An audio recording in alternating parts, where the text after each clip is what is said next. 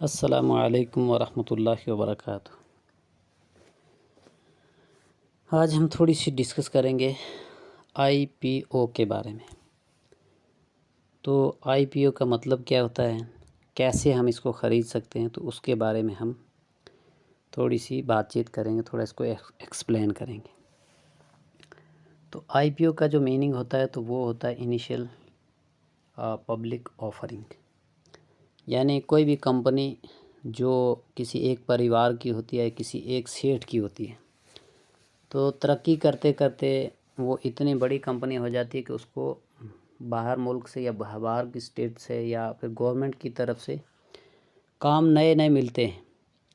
तो जब उसको काम मिलना शुरू होते हैं तो मसला ये पेश आता है कि गवर्नमेंट एडवांस तो पेमेंट सारी देती नहीं। अब जो कंपनी को मशीनरी, रॉ मटेरियल्स वगैरह जो भी लगता है तो उसके लिए कंपनी को पैसे चाहिए होते हैं। तो कंपनी अगर बैंक से लोन ले लेती है तो बैंक तो यहीं से पुकार कर बुला कर उसको लोन देगा, क्योंकि बैंक को पता है कि इसका इंटरेस्ट आएगा और हमें फ़ायदा होगा। तो इससे ये कंपनी को तो बैंक को तो फ़ायदा हो जाएगा, लेकिन जो ये कंपनी है, कंपनी को नुकसान होता है इसका। तो अब कंपनी को कैसे नुकसान होता है, वो इस तरह से होता है कि कंपनी जितना भी कमाती है, तो कंपनी जो अगर बैंक के पास जाए तो बैंक को तो उसका फ़ायदा हो जाएगा, लेकिन कंपनी को नुकसान होगा। वो कैसे होगा कि कंपनी कोई नए काम से जो भी नया ऑर्डर मिलेगा, गवर्नमेंट की तरफ से हो या कहीं प्राइवेट सेक्टर से भी कोई काम मिल गया, उसको कंपनी ने बैंक से लोन लेकर तो मशीनरी वगैरह जो भी थी या लेबर की पे थी या तनख्वाहें वगैरह थी तो वो दे दिया, या जो मटेरियल लगा उस काम में तो वो लिया, बैंक के लोन से लिया। तो जितना वहाँ से कंपनी ने फ़ायदा कमाया उस पर कंपनी को जो लोन बैंक से लिया था उस पर इंटरेस्ट आ जाता है। तो फ़ायदा जितना भी था तो वो कंपनी बैंक को दे देती है। अब कंपनी ने जितना कैपिटल लगाया था तो उतना ही वापस आया, उस पर मज़ीद जो तरक्की कंपनी ने जो कर सकती थी वो नहीं कर पाई। तो इसके लिए कंपनी ने आसान रास्ता, जो फ़ायदे का रास्ता था, वो था शेयर मार्केट। तो कंपनी फ़र्स्ट टाइम भी लिस्ट होती है, और जो पहले से कंपनियां लिस्ट हुई होती हैं, अगर उनको भी कोई नया ऑर्डर मिलता है तो वो मज़ीद अपना आईपीओ लॉन्च करती हैं, ताकि जो फंड्स उसको चाहिए होती है तो उसको वो पब्लिक के सामने ऑफ़र एक रख देते हैं। तो पब्लिक क्या करती है कि पब्लिक, जैसे हम सारे हैं, कोई एक लॉट ख़रीदता है, कोई 10 लॉट, कोई 1000 लॉट, अपने अपने कैपेसिटी जितने भी उनके पास कैपिटल होता है उतना उतना वो उसमें वो पैसा लगाते रहते हैं। तो जब वो पैसा उसमें लगाते हैं तो वो लोगों की भी हिस्सादारी उस कंपनी में हो जाती है, लोग अपनी हिस्सादारी कंपनी में डाल देते हैं। तो आईपीओ के बारे में हलाल है हराम है, तो वो जो हमारी अलग से वीडियोस पड़ी हुई तो उसमें भी देखा जा सकता है कि जो कंपनी असूल शेयर मार्केट में ट्रेडिंग का भी ऐसा ही है और शरीयत का असूल आईपीओ पर भी ऐसा है। तो आईपीओ को हलाल और हराम कैसे हम जांचेंगे, तो वो इस तरह होगा कि उसका प्रोडक्ट देखना हमने, कि जो कंपनी आईपीओ अपनी लेकर है वो कंपनी काम क्या करती है। अगर वो फाइनेंस की कंपनी है तो हम उसका आईपीओ नहीं ले सकते हैं, और अगर वो कोई बैंक से रिलेटेड कोई बैंक की का आईपीओ है तो वो हम नहीं ले सकते हैं। उसके अलावा जो चीनी की कंपनी होगी वो नहीं ले सकते हैं। उसके अलावा कोई कंपनी ऐसी है कि जो सूदी कारोबार करती है तो वो हम नहीं ले सकते। इसी तरह से और भी बहुत तरह के जो कंपनी में हम ट्रेडिंग के लिए जिस तरह हलाल हराम की पहचान करते, उसी तरह आईपीओ में भी हम उसको देखेंगे कि हलाल किस तरह से कंपनी होगी। जो कंपनी हलाल होगी उसी का आईपीओ हम खरीद सकते हैं। अब आईपीओ हम जब अप्लाई करेंगे तो वो किस तरह से करना है और उसके रूल और रेगुलेशन क्या होते हैं। तो आईपीओ के बारे में अगर मज़ीद कोई जानना चाहता है तो मनी कंट्रोल ऐप है, अगर वो भी नहीं आती है किसी को, मनी कंट्रोल की वेबसाइट भी नहीं अगर किसी को समझ आती है, तो सामने हमारे गूगल तो हर एक मोबाइल की स्क्रीन पर सामने दिखता है। उसमें लिखेंगे हम आईपीओ के बारे में, पूरी डिटेल नीचे तक आ जाती है, वहाँ से भी पढ़ सकते हैं। तो मैंने सादा सी ज़ुबान में ये समझाने की कोशिश की है कि आईपीओ होता क्या है और कंपनी आईपीओ क्यों लॉन्च करती है। तो जब कंपनी लॉन्च करती है तो उसका एक रेट फिक्स होता है। जैसे मैं ये हमारे सामने और होगा कहाँ से, आपके पास जो आप स्टॉक का अगर आपके पास अकाउंट है या उसके अलावा किसी और एप्लीकेशन पर है तो आईपीओ का जो ऑप्शन होता है तो वो इसी एप्लीकेशन में होता है। उसके अलावा पेटीएम वगैरह पर भी आईपीओ के होते हैं, लेकिन वो डीमैट अकाउंट से नहीं होगा, बल्कि वो आपका अपना प्राइवेट अकाउंट जो होगा जिसको आपने थर्ड पार्टी यानी पेटीएम गूगल पे वगैरह से लिंक किया है अकाउंट को, तो वहाँ से आप वहाँ से भी ले सकते हैं। लेकिन मैंने कभी लिया नहीं वहाँ से और ना मुझे उसका ख़ास इल्म है। सिर्फ मैंने ऑप्शन देखा कि वहाँ आईपीओ का ऑप्शन होता है। आप कैसे लेते हैं मुझे उसका इल्म नहीं, आप खुद तहकीक कर सकते हैं। आप स्टॉक के बारे में बता दूं कि आईपीओ कैसे लेते हैं, क्योंकि मैंने बहुत बार अप्लाई किया था तो मुझे अलॉट नहीं हुआ। लेकिन उसका रीज़न ये नहीं था कि अलॉट कंपनी ने नहीं किया, रीज़न उसका ये था कि J&K बैंक जो जम्मू कश्मीर बैंक है तो ये ऑटोमेटिक पेमेंट ब्लॉक करने के लिए या ट्रांसफ़र करने के लिए किसी को भी अलाउ नहीं करती है। सिक्योरिटी रीज़न है उसका अपना है। तो जब मैंने अप्लाई किया तो मसला ये हुआ कि बैंक ने पेमेंट ब्लॉक करने से रोक दिया। उसकी परमिशन जो आप स्टॉक को होनी चाहिए थी वो बैंक ने नहीं दी, तो जिसकी वजह से मेरी पेमेंट ब्लॉक ना हुई। तो ब्लॉक कैसे पेमेंट होगी कि आईपीओ की पेमेंट का जो पैसा होता है वो आपके जो डीमैट अकाउंट है जो या जिस तरह यहाँ पर फंड्स है, यहाँ पर फंड्स है, आप स्टॉक की फंड्स है यहाँ पर ऊपर दी हुई है, तो यहाँ से जितना अमाउंट आपका होगा ये इसके साथ कोई छेड़खानी नहीं होगी। आपका लाखों रुपया इसमें पड़ा होगा आईपीओ के लिए 14,000, 20,000, 30,000, 50,000 जो आईपीओ के लिए लगेगा, तो वो अमाउंट आपका बैंक अकाउंट में होना चाहिए। जैसे आप इसमें आप जब पैसे ऐड करते हो तो उसमें नीचे बैंक का ऑप्शन आता है, आपके बैंक अकाउंट से वो पैसे यहाँ पर आते हैं। लेकिन यहाँ पर पैसे अगर होंगे तो आप आईपीओ के लिए अप्लाई करेंगे, आपका बैंक बैलेंस ज़ीरो होगा तो आप आईपीओ नहीं ले सकेंगे। बल्कि जितना अमाउंट आईपीओ का बनेगा टोटल अमाउंट उसमें लॉट वाइज होते हैं।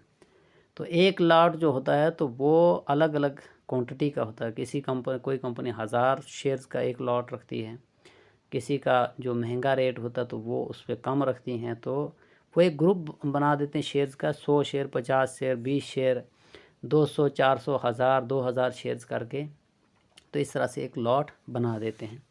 तो उस लॉट के ऊपर कितनी कीमत, प्राइस कितनी आएगी, तो वो प्राइस भी वो यहाँ से बता देते हैं। जैसे हम यहाँ से लेकर चलते हैं, अब जैसे आईपीओ के ऊपर हमने क्लिक किया, ये पर्पल कलर की ऐप है, तो इसका जो आईपीओ हम ढूंढेंगे तो वो यहाँ पर नीचे हमारे सामने यहाँ पर डिस्कवर दिख रहा है, पोर्टफोलियो के सामने या अकाउंट के बीच में ये डिस्कवर आ रहा है।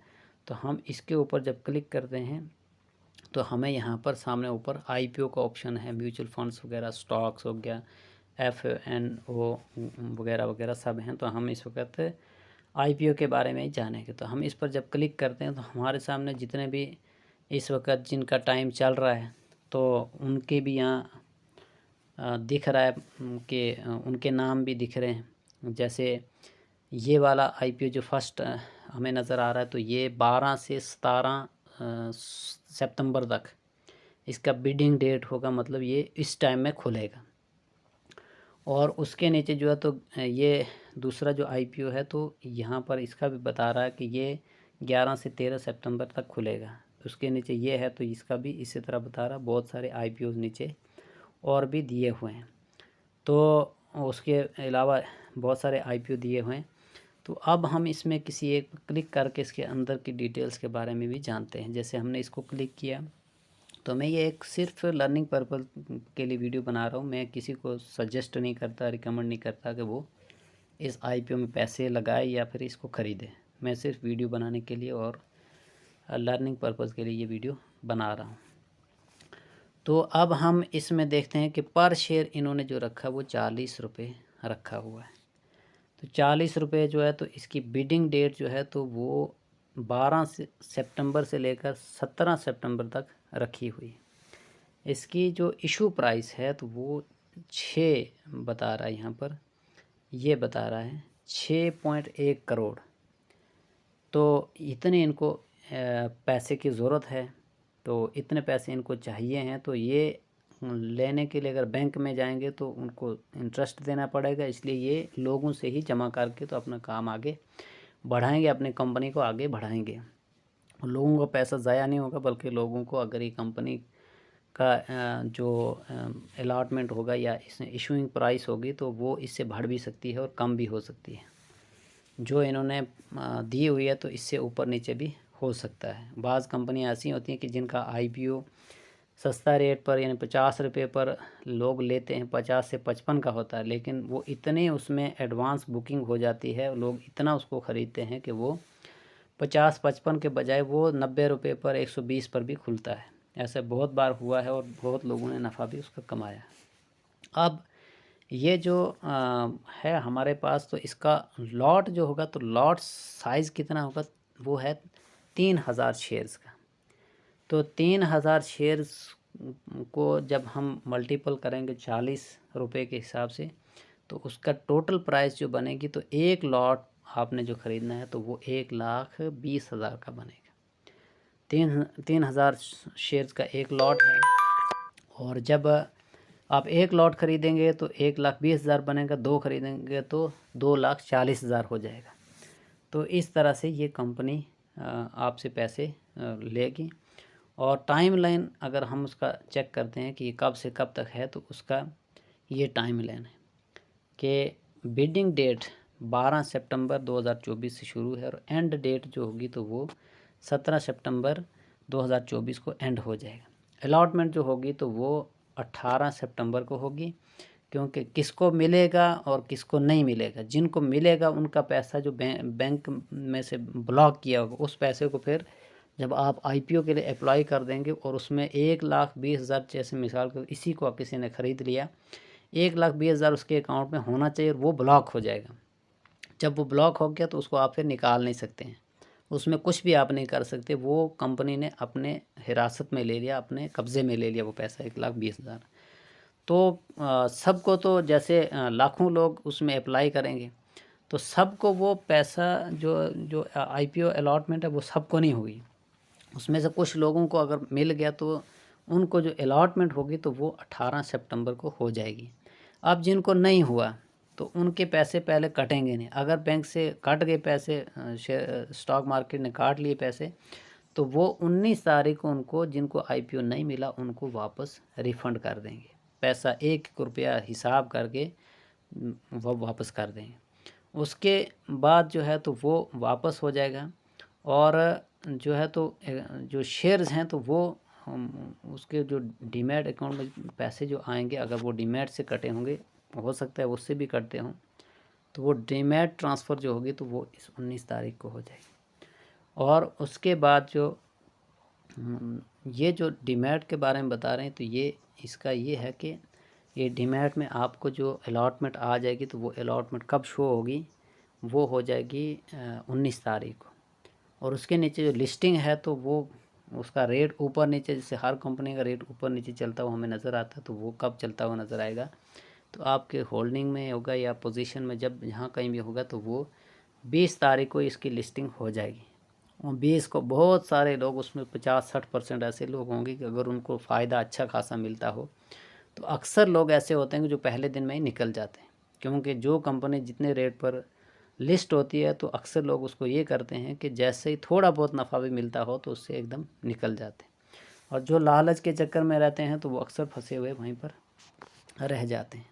अब नीचे हमें क्या बता रहा है कि योर यूपीआई वगैरह वगैरह, तो ये नीचे सारा इन्होंने कंडीशन लगाई हुई है कि क्या आपको कैसे हो जाएगा।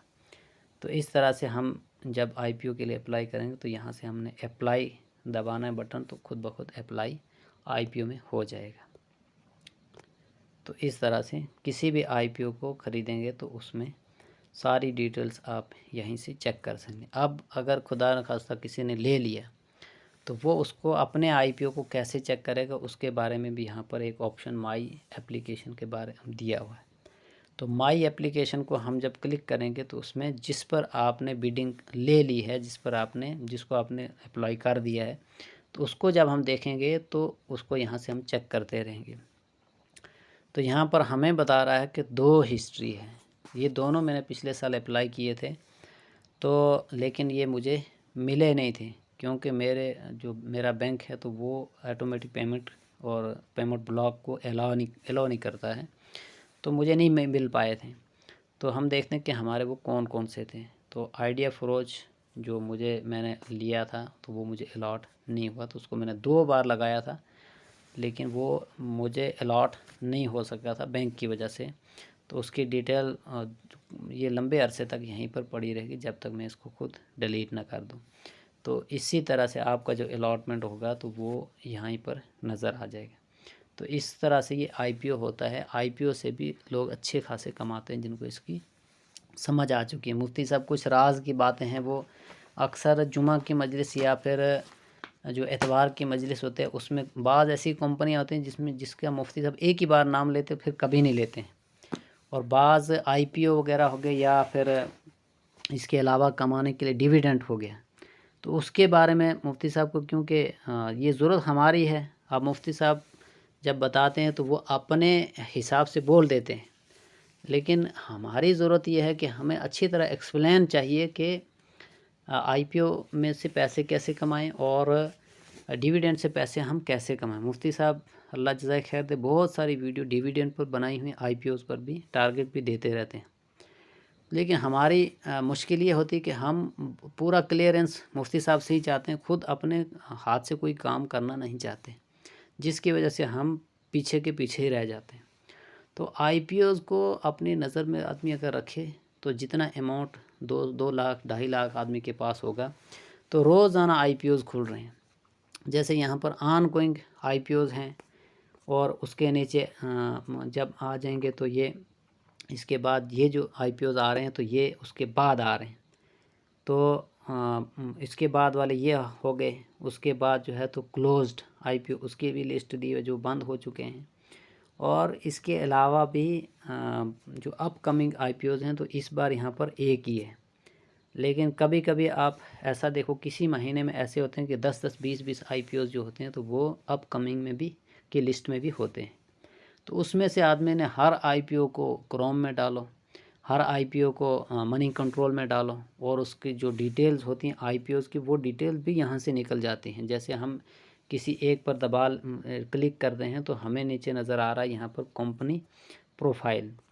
इसमें हम कंपनी प्रोफाइल में अगर दबाएंगे तो इसमें हमें यहाँ पर जो ऑनर है उसका भी नाम भी है, कस्टमर के नंबर भी है और ईमेल भी उसका मिल रहा है। और यहाँ पर हमें रीड करने के लिए कंपनी का सारा जितना भी डेटा है वो यहाँ पर हमें मिल रहा है कि कंपनी का असल काम क्या है, तो हलाल है या हराम है हम उसको यहीं से जांच सकते हैं। मज़ीद पढ़ने पर क्लिक करते हैं तो नीचे हमारे सामने यहाँ पर पूरी डिटेल खुल रही है कि कंपनी क्या करती है, इसका काम क्या है और कहाँ कहाँ पर इसके जो ऑफिसेस कहाँ पर हैं। जैसे पूरा लोकेशन भी बताई, कर्नाटका, तमिलनाडु, मध्य प्रदेश, खोल, और उसके अलावा यहाँ नीचे पूरी तफसील इसमें पूरा अच्छी तरह एक्सप्लेन करके एक एक चीज़ डेट वाइज इन्होंने समझाई हुई है। तो नीचे जब लास्ट में हम आते हैं तो यहाँ पर ये चीज़ें में हमें दिखती हैं इसमें। तो इस तरह से हम कंपनी को यहाँ से भी आज़मा सकते हैं कि जो कंपनी हलाल होगी तो उसको ऐसा हम करेंगे कि उसको उसके आईपीओ के लिए हम, जैसे मुफ्ती साहब कहते हैं कि घर के 4-5 आदमियों से उसको अप्लाई करो जो हलाल कंपनी होगी और जिसकी खबर अच्छी हो, जिसका बैकग्राउंड वो तो फंडामेंटल्स कंपनी के हर हाल में, चाहे आईपीओ हो, चाहे डिविडेंड हो या फिर ट्रेडिंग करनी हो या इन्वेस्ट करना हो, वो तो फ़र्ज़ के दर्जे में इंसान ने रखना है कि इसका फंडामेंटल जो है वो स्ट्रांग होने चाहिए। बाज़ दफ़ा ऐसा होता है कि कंपनी कुछ काम भी नहीं कर रही है, घाटे में ही दिन ब दिन चल रही है और आईपीओ लेकर आ जाती है। तो जो लोग उसके आईपीओ को ख़रीद लेते हैं तो वो सारी उम्र रोने के लिए हो जाते हैं, वो उनको कोई फ़ायदा भी नहीं मिलता है। तो इसलिए आईपीओ हलाल कंपनी हो लेकिन कंपनी का जो फंडामेंटल्स हैं वो सही होने चाहिए। अगर कंपनी के फंडामेंटल्स अच्छे होंगे, कंपनी स्ट्रांग होगी तो उसकी बाइंग अच्छी होगी। तो जब वो जिस रेट पर आपने उसको अगर 40 रुपये के हिसाब से आपने उसमें पैसे लगाए, बिडिंग ली है, तो वो इतनी उसकी ख़रीदारी हो जाएगी वो 80 रुपये, यानी आपको 3-4 दिन आईपीओज़ के जो अलॉटमेंट के होते हैं वो 4-5 दिन होते हैं और हर महीने 4-5 आईपीओज़ आते ही आते हैं।